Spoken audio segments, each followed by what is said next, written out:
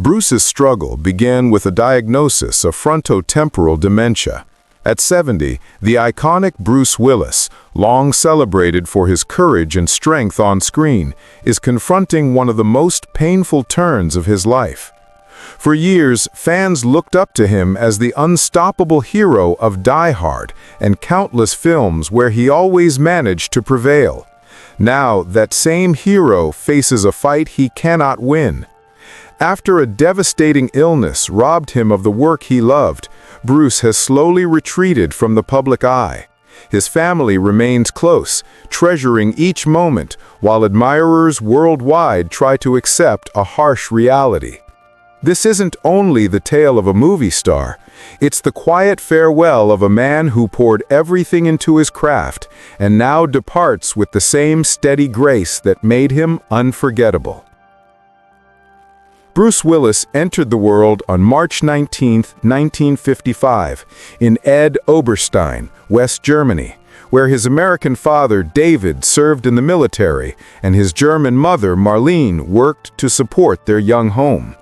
When Bruce turned 2, the family moved back to the United States, settling in Carneys Point, New Jersey, a modest town that shaped his toughness and humility.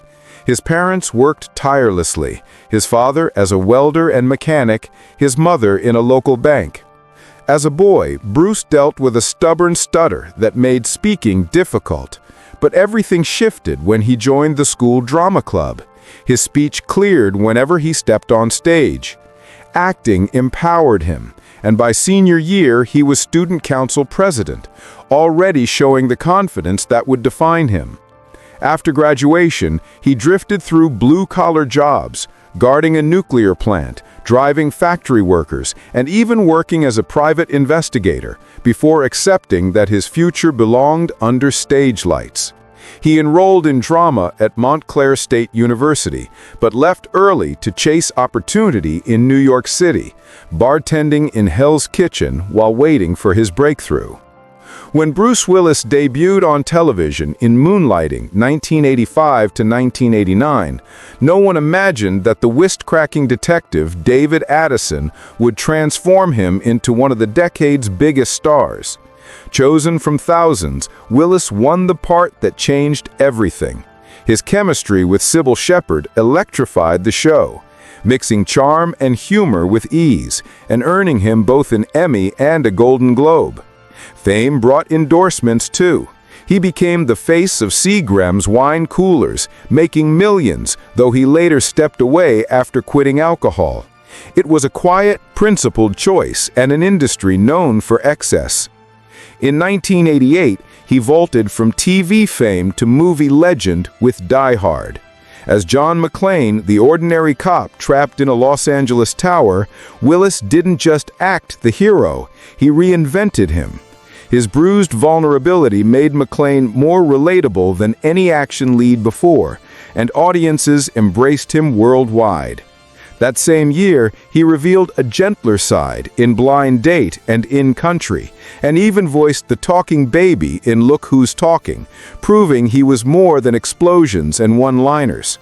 The 90s delivered wins and setbacks. Willis soared with Die Hard sequels and the surreal brilliance of Pulp Fiction, where his steady intensity anchored the film. But between hits, there were misfires: Hudson Hawk, Color of Night, and others critics dismissed but fans rented endlessly. He pushed through each failure with dry humor, returning stronger in 12 Monkeys, The Fifth Element, and the massive hit Armageddon, which reignited his career. Through the 2000s and 2010s, he became the seasoned veteran of action movies, appearing in everything from Sin City to Red to Looper. He guest starred in Friends, played himself at a Comedy Central roast, and even took the stage on Broadway in Misery.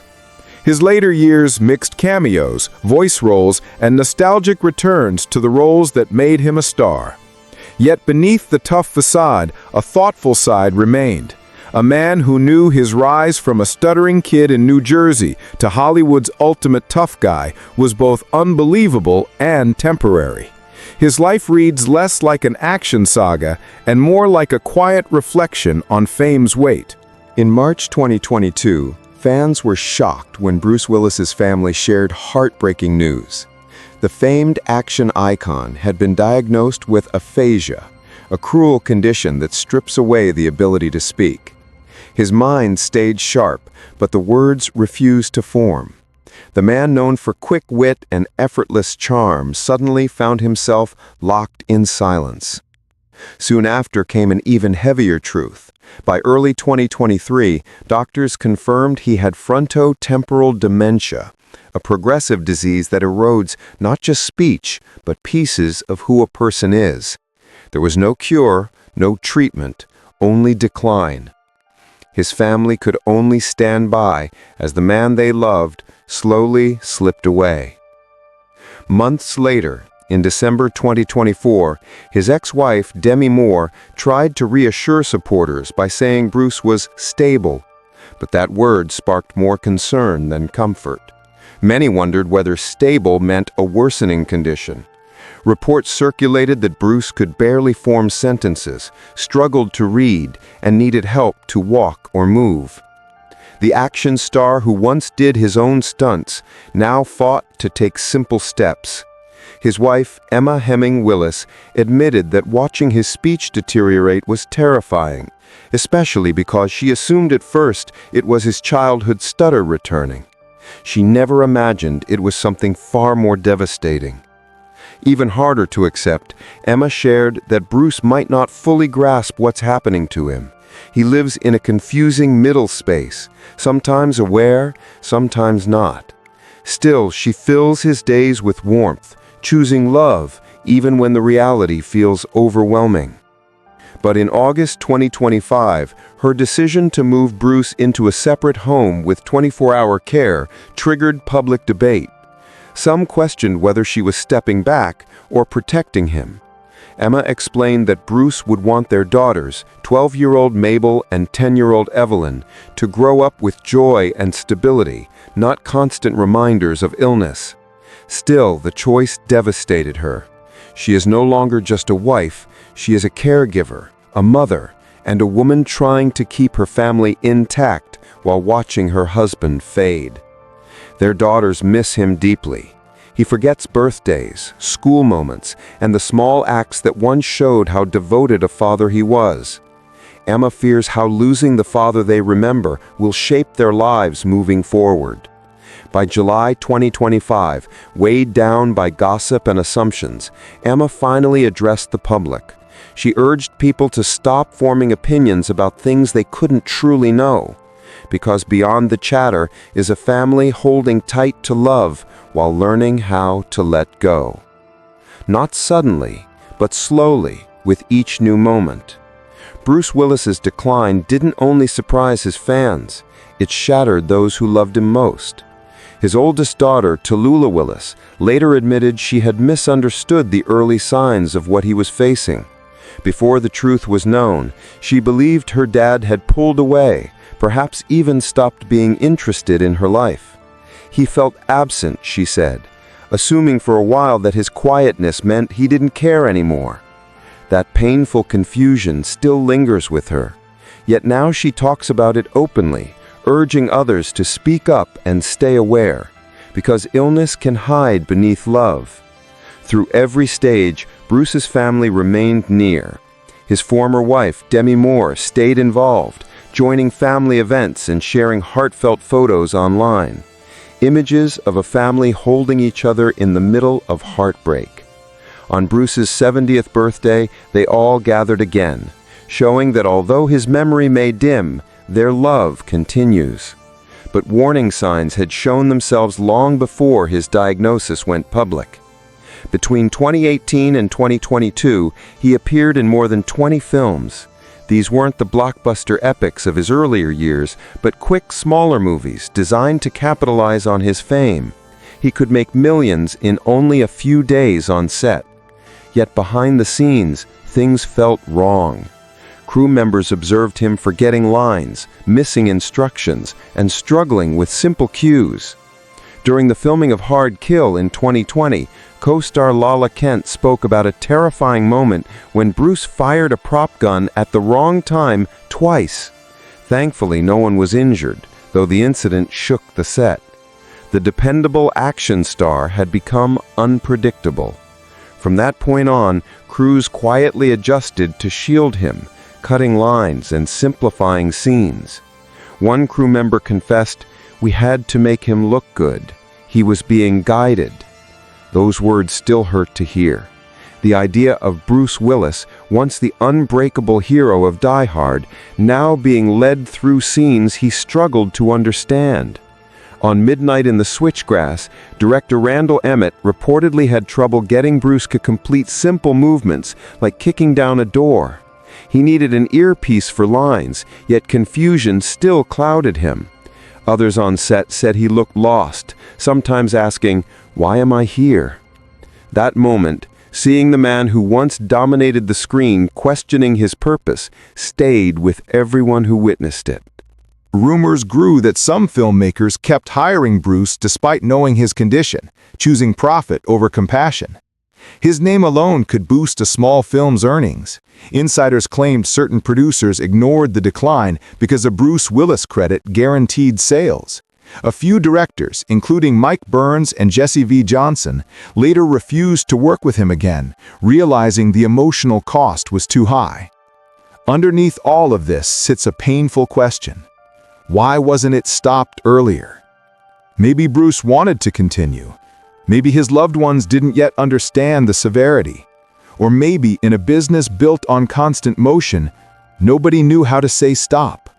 For years, Bruce's career rested on stamina, explosions, fight scenes, long shoots. That dedication took its toll. Doctors say his condition wasn't caused by overworking, but unrelenting stress can worsen cognitive decline. And Bruce gave everything, his strength, his body, his focus, to entertain the world.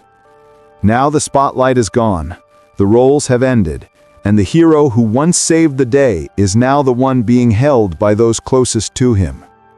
This time there are no retakes, only love, memories, and the gentle bravery of letting go. Frontotemporal dementia, the illness that has quieted Bruce Willis, remains one of the least understood brain diseases. Unlike Alzheimer's, it hits younger adults, changes in unpredictable ways, and steals language, empathy, and identity before anything else.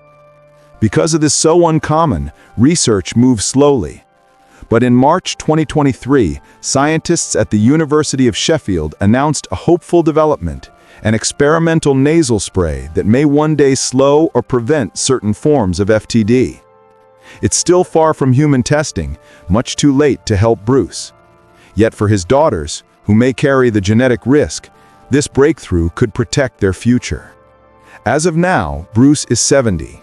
His condition is described as stable, a word that brings comfort and sorrow at the same time. Stable means he isn't declining quickly, but it also means he won't improve. He lives in a delicate space where pieces of his old self remain but shine less brightly. Emma Hemming Willis stays by his side as his devoted care partner. Their young daughters, Mabel and Evelyn, visit him often, bringing smiles into a quieter world. Demi Moore and their older daughters, Rumer, Scout, and Tallulah, continue showing up for holidays, birthdays, and the small moments that matter now more than ever. Through everything, the family remains strong, united not out of obligation, but out of enduring love. Because beneath all the noise lies a truth the world easily overlooks. This is not a tale of walking away. It is a story of persistence, of a wife balancing motherhood with caregiving, of daughters grieving a father who is still here but fading, and of an ex-wife who chose loyalty instead of distance. Each of them holds a piece of Bruce, guarding his spirit even as it slips from him. For Bruce Willis, the actor who symbolized fearless strength, his ending of his journey is profoundly human.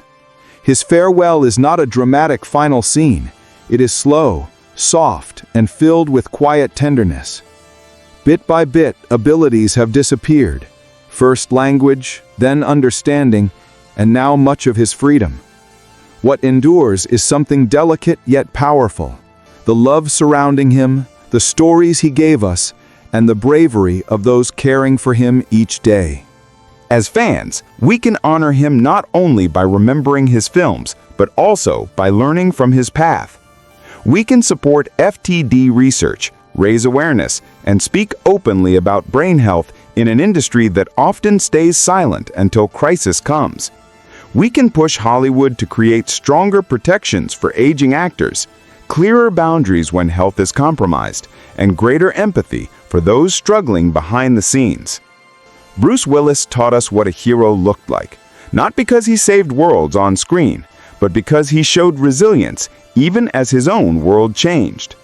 Now, his legacy isn't just in movies. It lives in the love that surrounds him, the awareness his story brings, and the reminder that real courage is sometimes found in holding on, even as everything falls away.